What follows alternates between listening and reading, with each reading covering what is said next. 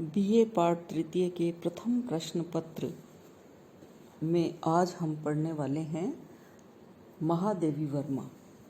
महादेवी वर्मा की कविता हम पढ़ेंगे। उससे पहले आपको थोड़ा सा परिचय महादेवी वर्मा का मैं दे देती हूँ और उसके बाद हम उनकी कविता पढ़ेंगे, जो तुम आ जाते एक बार। तो बच्चों, महादेवी वर्मा छायावाद की बहुत ही महत्वपूर्ण कवयित्री है। उनके कविता में व्यथा, पीड़ा, अज्ञात प्रियतम के प्रति प्रणय निवेदन, विरह की वेदना, आत्मिक व्यथा, यही आपको दिखाई देगी। उनके प्रसिद्ध काव्य संग्रह हैं नीरजा, निहार, रश्मि, सांध्य गीत, और उनकी कविताओं में संवेदना की त्रिवेणी बही है। और जिस प्रकार प्रसाद, पंत, निराला, उनकी कविता में अनेक रूपता मिलती है, तो महादेवी वर्मा की कविता में अनेक रूपता तो नहीं मिलती है। वो केवल अपने ही राग द्वेष को लेकर चलती है, अपनी ही पीड़ा को, अपनी ही वेदना को व्यक्त करती है। उनके गीतों में विचार और अनुभूति के स्तर पर एक रूपता दिखाई देती है सर्वत्र। उनका गीति काव्य जो है या उनकी संपूर्ण काव्य जो है वो अज्ञात प्रियतम के प्रति प्रणय निवेदन है। तो असीम के प्रति समझ लो उसको, चाहे ससीम का असीम के प्रति प्रणय निवेदन। वेदना से परिपूर्ण है वे, कहती हैं जीवन विरह का जलजात। और इसी प्रकार वे कहती है मैं नीर भरी दुख की बदली, विस्तृत नभ का कोई कोना, मेरा ना कभी अपना होना, परिचय इतना इतिहास यही, उमड़ी कल थी मिट आज चली। उनकी कविता में उनकी व्यक्तिगत, उनकी अनुभूत वेदना और पीड़ा को उन्होंने व्यक्त किया है। अंतर्मुखी प्रवृत्ति उनकी कविता में हमें दिखाई देती है। प्रकृति के सूक्ष्म सौंदर्य को, प्रकृति के अलंकारिक सौंदर्य को, उद्दीपन और आलंबन रूप में प्रकृति के सौंदर्य का चित्रण किया है इन्होंने। आवेगमयी पीड़ा, स्वप्न लोक की रहस्यमयी स्थितियों का चित्रण महादेवी वर्मा करती है। और हर जगह अगर अपन उनकी कविता पढ़ते हैं तो जो असीम सत्ता है उसके प्रति रहस्यात्मक अनुभूति और एक छटपटाहट, एक बेचैनी दिखाई देती है। विस्मय, जिज्ञासा, वेदना, कौतूहल, आध्यात्मिकता, संवेदना, गीतात्मकता, ये उनके गीतों का मूल स्वर है। रहस्यवाद उनकी कविता में जिस प्रकार सभी छायावादी कवियों में रहस्यवादिता दिखाई देती है, तो महादेवी वर्मा में भी दिखाई देती है। तो इस प्रकार उनके गीतों की अगर अपन विशेषता देखें तो संगीतात्मकता, सरसता, सहजता, रागात्मकता, संवेदनशीलता, है ना, ये सारी उनके कविता की विशेषताएं हैं। तो आज हम पढ़ते हैं उनकी कविता, जो तुम आ जाते एक बार। छोटी सी कविता है। जो तुम आ जाते एक बार, कितनी करुणा कितने संदेश, पथ में बिछ जाते बन पराग, गाता प्राणों का तार तार, अनुराग भरा उन्माद राग, आंसू लेते वे पथ पखार, जो तुम आ जाते एक बार। महादेवी वर्मा कहती है कि अपने अज्ञात प्रियतम को, परमात्मा रूपी प्रियतम को प्रणय निवेदन करते हुए कहती हैं कि अगर तुम एक बार आ जाते, जो तुम एक बार आ जाते तो न जाने कितनी करुणाएं, कितने संदेशे तुम्हारे मार्ग में पराग बनकर बिछ जाते। अगर कोई आता है तो रास्ते में जिस प्रकार बिछाए जाते हैं, कारपेट बिछाई जाती है आजकल आप देखते हैं, या पावड़े बिछाए जाते हैं, तो उसी तरह कवयित्री कहती है कि अगर तुम एक बार आ जाते तो करुणा और कितने ही संदेशों के रास्ते में जो है पराग बनकर बिखर जाते। गाता प्राणों का तार तार, अगर एक बार आ जाते तो हे प्रिय, प्राणों का तार तार जो है संगीतमय हो उठता, अनुराग भरा उन्माद राग, आंसू लेते वे पथ पखार।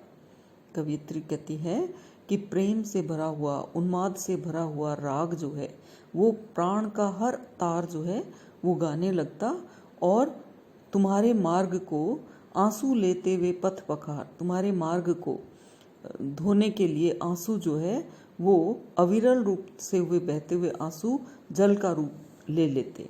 जिस प्रकार कोई आता है तो मार्ग धोते हैं, तो वैसे ही प्रियतम के आने पर, असीम परमात्मा रूपी प्रियतम के आने पर जो है मार्ग को कवयित्री के जो आंसू है वो धो लेते। अगर एक बार वो आ जाते तो न जाने किस प्रकार से वो उनका स्वागत करती।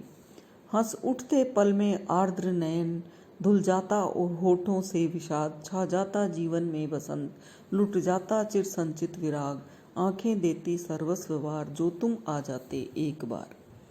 महादेवी वर्मा कहती है कि अगर एक बार असीम प्रियतम के प्रति अपने प्रणय का निवेदन करते हुए कहती है, अगर एक बार आप आ जाते तो आर्द्र नयन यानी गीले नयन, गीली आंखें, जो आंसुओं से निरंतर विरह के कारण, रुदन करने के कारण उन आंखों में जो आंसू भरते हैं, तो कवयित्री कहती है कि वो पल भर में जो है आंसुओं से भीगी आंखें हंस उठती, यानी वो पल कितना अच्छा हो जाता।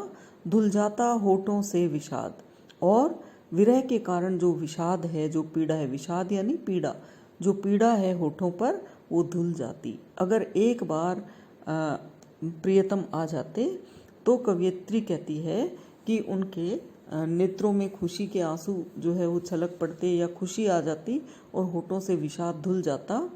छा जाता जीवन में बसंत, लुट जाता चिर संचित विराग। कवयित्री कहती है कि अगर परमात्मा रूपी प्रियतम या अज्ञात प्रियतम, जो जिनको भी वो प्रणय निवेदन कर रही हैं, वो कहती हैं कि अगर आप आ जाते तो जीवन में बसंत खिल जाता। जैसा कि आपको मैं बता दूं, छायावादी जो कवि है वो प्रकृति को सुख दुख की सहचरी मानते हैं। तो अगर व्यक्ति सुखी है तो बसंत ऋतु जैसा आभास होता है, प्रकृति अच्छी लगने लगती है, और पतझड़ में भी बसंत आ जाता है।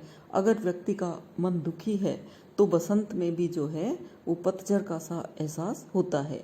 तो कवयित्री जो है वो कहती है, अगर तुम आ जाते एक बार तो जीवन में बसंत छा जाता, खुशियाँ छा जाती, लुट जाता चिर संचित विराग, और जो वैराग्य या जो विरह की भावना है, जो चिर संचित है, लंबे समय से जो पीड़ा है, वेदना है, विरह है, वो लुट जाता, वो नष्ट हो जाता।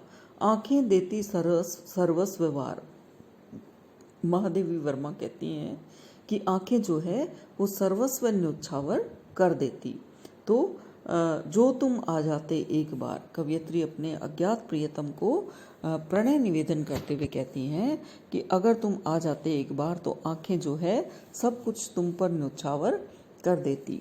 तो इस प्रकार इस कविता में जो है कवयित्री के मन की पीड़ा, विरह की वेदना दिखाई देती है, और बहुत ही सरस शब्दों का प्रयोग करते हुए, बहुत ही करुणामयता से, बहुत ही कोमलता से कवयित्री ने अपने मन के भावों को अभिव्यक्त किया है।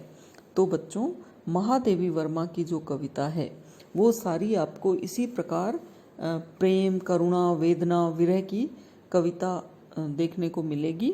और ये एक छोटी सी कविता है, और इसमें आपको प्रश्न भी पूछे जा सकते हैं कि कवयित्री ने किसके प्रति प्रणय निवेदन किया है, या कवयित्री क्या भाव व्यक्त कर रही हैं, या कविता का मूल भाव क्या है। इस प्रकार से आपको प्रश्न पूछे जा सकते हैं। तो नियमित रूप से आप पढ़ें और वीडियोस को देखें। इन महाविद्यालय के YouTube चैनल को लाइक करें, सब्सक्राइब करें, शेयर करें, और जो भी आपके साथी हैं, जिनका भी आपको पता चलता है कि वे महाविद्यालय के हिंदी साहित्य के रेगुलर विद्यार्थी हैं, तो उनको आप अपना लिंक अवश्य दें महाविद्यालय चैनल का, और उन्हें जोड़ने का प्रयास करें। बच्चों को जो है आप शेयर करें वीडियोस। और अगर किसी विद्यार्थी को इससे जुड़ना है YouTube चैनल से, तो मुझे मेरे नंबर के ऊपर अपना फ़ोन नंबर भेज दें और क्लास का नाम लिख दें, ताकि मैं YouTube चैनल से अपना जो ये YouTube चैनल के लिंक मिल जाएंगे, और महाविद्यालय का जो ग्रुप है BA भाग तृतीय का, उसमें मैं आपको जोड़ लूँ।